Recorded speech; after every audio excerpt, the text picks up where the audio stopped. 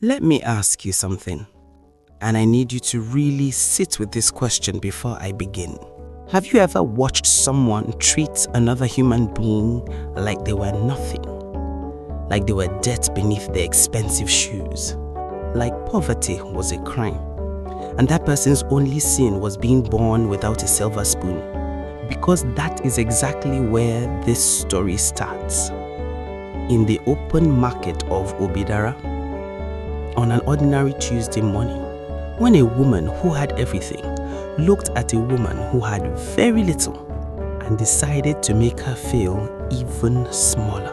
But here is what I need you to stay for. Because the woman who was humiliated that day, she had a secret that had been quietly waiting for the right moment. And the same woman who called her poor, who told her she was unworthy, who tried to crush her in front of the whole village, would one day be lying on a hospital bed with no one else to save her. No one except her. This is the story of Zara. And it will change the way you think about pride, about poverty, and about the kind of wealth that never shows up in a bank account. Before we go any further, if you are new here, welcome to Tales by RM. This is where real African stories live. Stories about love, betrayal, sacrifice, and the kind of justice that takes your breath away. Hit that subscribe button right now and turn on your notifications because we drop new stories every single week. Now, let us go back to Obidara. Obidara is the kind of village that breathes.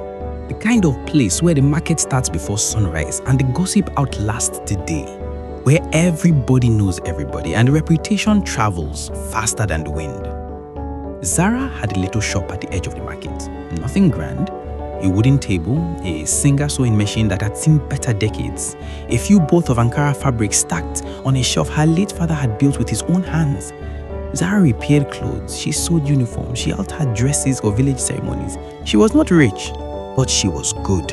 And in Obidara, people knew the difference. Chief Mrs. Ronke Adebayo did not know the difference. Or perhaps she did, and she simply did not care. Ronke was the kind of woman who wore her wealth like armor. Imported lace, real gold at her neck, a convoy of 2 cars just to go to the market as if the dust of Obidara might soil her reputation if she arrived alone. She had heard through the mouths of those who speak too freely that her son Tunde, her only son, her pride, her however dedicated heir, had been seen talking to Zara. Just talking, nothing more. But for a woman like Ronke, even a conversation was too much. She came to the market on purpose that morning. She did not come to buy anything. Firmly, she came to deliver a message. She stood in front of Zara's little stall and looked at it the way a person looks at something they find offensive simply by existing. The market had gone quiet, the way markets do when something uncomfortable is about to happen. Traders leaned in, children stopped running. "So, you are the one," Ronke said. Her voice was not raised, they did not need to be. "You are the seamstress girl my son has been wasting his time with." Zara looked up slowly from her work. She did not flinch. "Good morning," sarcastically, Ronke laughed. A short, brittle sound. "Good morning." She looked Zara up and down. "Let me be direct with you, my dear. My son is an Adebayo. He have a future, a real future, not the kind of future that comes from sitting behind a sewing machine in this." She waved her hand at the store. "This arrangement. I am telling you, woman to woman, so there is no confusion. You are too poor to marry into my family. You have nothing, no money, no connections, no background worth mentioning. My son needs a woman who elevates him, not one who reminds people that he lowered himself." The market held its breath. And then Zara spoke. Quietly, without raising her voice, without tears. "Ma, with respect, money is not the same thing as character. And a woman who uses her wealth to humiliate another woman in public." She looked at Ronke steadily. Steadily. Is not showing the world her value. She is showing them her fear. Ronke's eyes narrowed. "Angry? Fear? You have the audacity." "I wish you a good morning," Zara said simply. And she went back to her sewing. Ronke left, but the market did not forget what it had just witnessed. And neither did a young man who had been watching from the edge of the crowd. Tunde Adebayo had not planned to be at the market that morning. He had come back from 3 years abroad only 2 weeks before, and he was still adjusting to the heat, to the noise, to the strange comfort of being somewhere that knew his name before he introduced himself. He had watched everything: his mother's performance, the silence of the market, and Zara, the way she had sat in the storm of Ronke's contempt and bent for no one. The way she had gone back to her work as if dignity was just another part of her routine. Tunde might have walked away. He probably should have. But then something happened that made leaving impossible. A small boy came running down the market path, maybe 6 years old, school uniform torn at the shoulder, fabric hanging loose and embarrassing. He was trying to hold it together with his hand and walking in that awkward way children do when they are trying not to cry in public. Some of the traders laughed, a few looked the other way. Zara called out to him, "Oh yeah, come here, small man, let me see it." She took the torn shoulder in her hands, reached for her thread without asking for anything and fixed it in under 3 minutes. New, clean, like it had never torn at all. The boy looked up at her with eyes full of relief and something deeper, that specific gratitude children show when an adult has treated them with respect. "How much?" he asked, digging into his pocket. Zara shook her head. "Go to school and sit up straight." Tunde stood very still. He had grown up watching wealth perform kindness. Charity galas, donation plaques, generosity with an audience and a photographer. But he had never quite seen it like this. Quiet, free, with nothing expected in return. He walked to her stall. That was a kind thing. Zara looked up. It was a small thing. "Those are usually the same thing," he said. And from that exchange, short, unplanned, standing in the dust and heat of Obidara Market, something began. Not loudly, not with any announcement, but real, the way real things always start. Quietly, when nobody's looking. Ronke, of course, was not amused. She arranged the dinner parties, she made introductions. She paraded a woman named Lula before Tunde, polished, educated, from the right kind of family.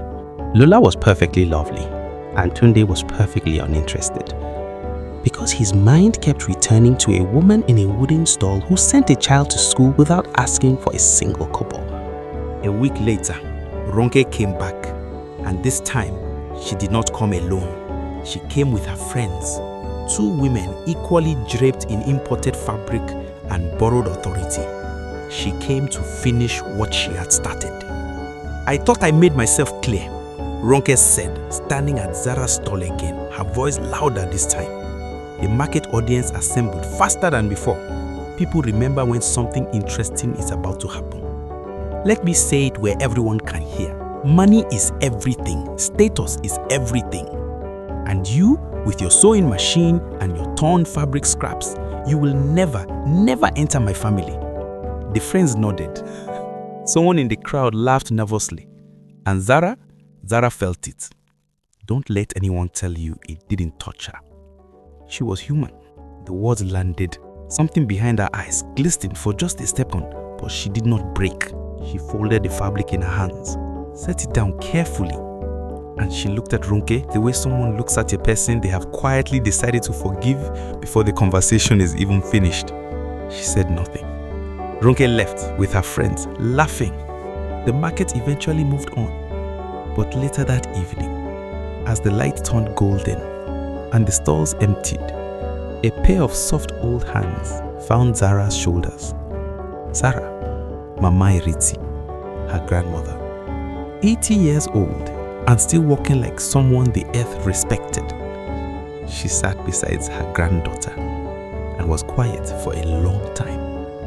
Then she said in the way old women say things that carry the weight of a whole lifetime behind them, "Let them underestimate you, child. The ground does not announce what it is growing, but when it is ready, everything comes up at once." Sarah looked at her grandmother. "Mama, what are you not telling me?" Mama Ireti smiled. The kind of smile that holds a secret so long it has become a part of the face. "When the time comes," she said, "you will know." 3 months passed, and then the phone call came. Chief Mrs. Ronke Adebayo had collapsed at a function. Rushed to the hospital, tests done, results delivered with the clinical cruelty of medical language. Acute kidney failure. Severe, irreversible without intervention. She needed a transplant. The family moved quickly. With Ronke's money and connections, surely a donor would be found. Surely one of her circle, her friends, her business partners, the people who had eaten at her table and laughed at her jokes for decades, surely one of them would come forward. They searched for 6 weeks. Nothing. Her blood type was rare. So rare that the doctor said the probability of finding a compatible donor in their existing network was almost zero. The wealthy circle that Ronke had curated so carefully, that she had maintained and guided and used as a measuring stick against Zara, it had no one. Tunde sat in the hospital corridor at night and prayed. He called every contact he had. He spoke to every doctor.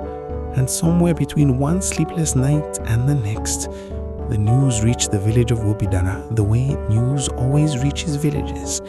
Through whispers, through neighbors, through the gentle cruelty of information that travels faster than help. Sarah heard it from the woman who sold tomatoes 2 stalls down. She sat with the information for a moment. She thought about the market, about the words, about the laughter of Ronke's friends, about that second morning, and the crowd and the way a woman with everything had worked so hard to make her feel like nothing. And then she got up, closed her shop, and went to the hospital. She walked to the front desk and asked simply to be tested for compatibility. The results came back the next day. The doctor read them twice. Then he called the head of the department in, because in all his years of practice, he had rarely seen a match this precise. Zara was a perfect donor match. Tunde was told first. He stood in the doctor's office for a very long moment without speaking. Then he sat down, because he understood in a way that reached past language what this meant. The woman his mother had publicly humiliated twice in the open market of Obidara. The woman his mother had called poor, unworthy, beneath consideration, was the only person on earth who could save her life. He went to his mother's room. Ronke, he even weakened, even lying in a hospital bed with tubes in her arm and the color drained from her face, had not entirely surrendered her pride. When Tunde told her who the match was, her reaction was in every way predictable. "No," she said. Just that. "No. I will not receive anything from that market girl." Tunde pulled his chair close. He was not angry. He was something quieter than anger. Something that comes when you have watched someone you love walk toward a cliff and finally accepted that you cannot carry them away from it. You can only stand there and make them choose. "Mama," he said, "listen to me. You can keep your pride, or you can leave. But you cannot keep both." For the first time in as long as anyone could remember, Chief Mrs. Ronke Adebayo had nothing to say. She looked at the ceiling. She looked at her son's face. She looked at the IV drip in her arm, and slowly, so slowly, it was almost painful to watch, she nodded. If this story already has you feeling something, hit subscribe. More tales are coming and you don't want to miss them. And drop a comment below. Whose side are you on so far? I read every single one. The surgery was scheduled, but before the date arrived, something else happened. Something that no one, not Tunde, not the doctors, not the market women of Obidara, had anticipated. Ronke asked to visit Zara in person at her home. She came without the convoy, without the lace, a plain blouse, a driver, a face that looked for the first time like it belonged to a person and not a performance. Zara's home was small, clean, and deliberately arranged with the kind of care that people put into spaces when they cannot afford to fill them. Roke Adebayo sat in that small, clean room with its wooden shelf and its crocheted chair cover and its photograph-covered walls. And for the first time in a very long time, she felt ashamed. Shame is a strange thing. For some people it is a door, for others it is a wall. The question is never whether you feel it. The question is what you do when it arrives. Ronke felt it arrive that evening in Zara's sitting room, and she did not build a wall. She turned to Zara, who is hollow. I was wrong. Long pause. She did not dress it up. She did not qualify it or explain it or surround it with conditions. I was wrong about you. I was wrong in the market. I was wrong in front of all those people. I have been wrong about what matters for a very long time.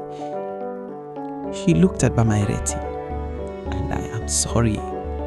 Truly, Zara looked at this woman who had made her cry twice in public, who had used the market of Obidara as a stage for cruelty, who had decided with such absolute confidence that a person's worth could be read from their stall and their clothes and their coin count.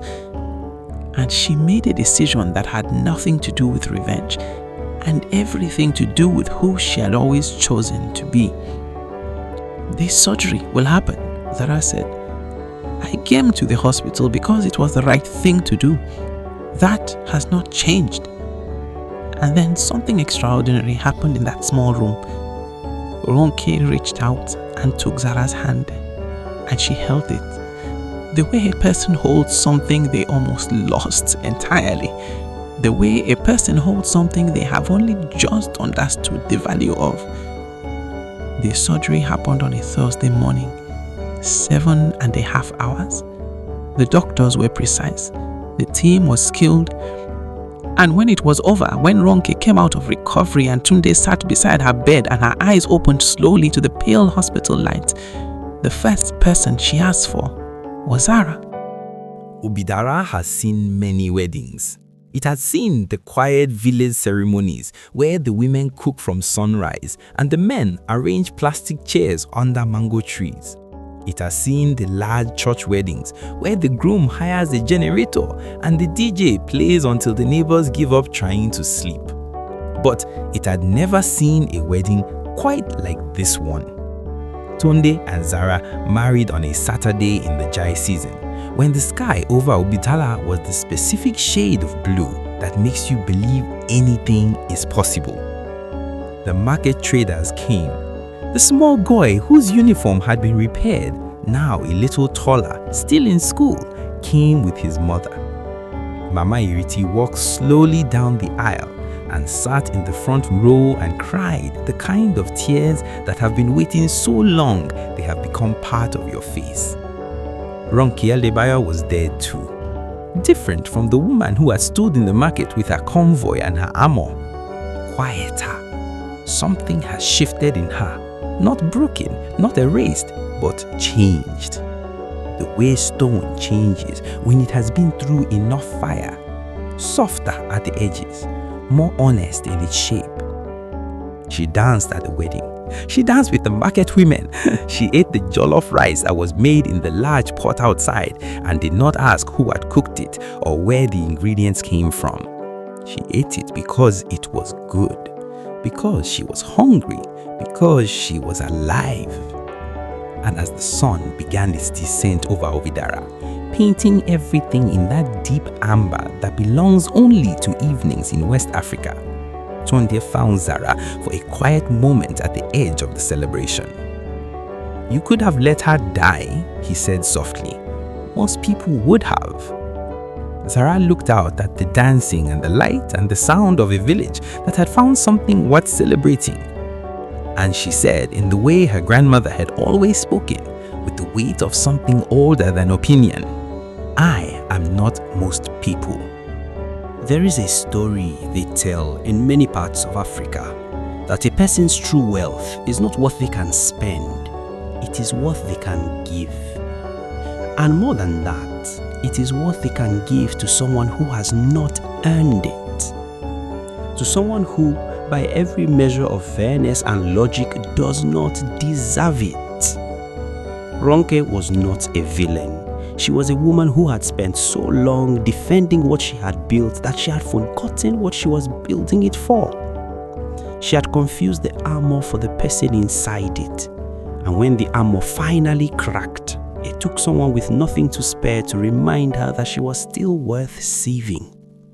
And Zahra did not save Ronke because she was noble in an abstract way. She saved her because she understood something at a bone-deep level that took Ronke a lifetime to learn. What you do when someone cannot pay you back, that is who you are. The Cocoa Estate case was filed 3 months after the wedding. Mama Ireti lived long enough to see the first court date. Zahra did not need the outcome to know who she was. She already knew. She had always known. The ground had simply been growing in silence. And when it came up, everything came up at once. If this story moved you, share it with someone who needs to hear it today. Someone who is underestimated. Someone who is still building in silence. Someone who needs to be reminded that what you do when no one can pay you back, that is who you are. Subscribe to Tales by RM for more stories exactly like this one. And I will see you in the next tale.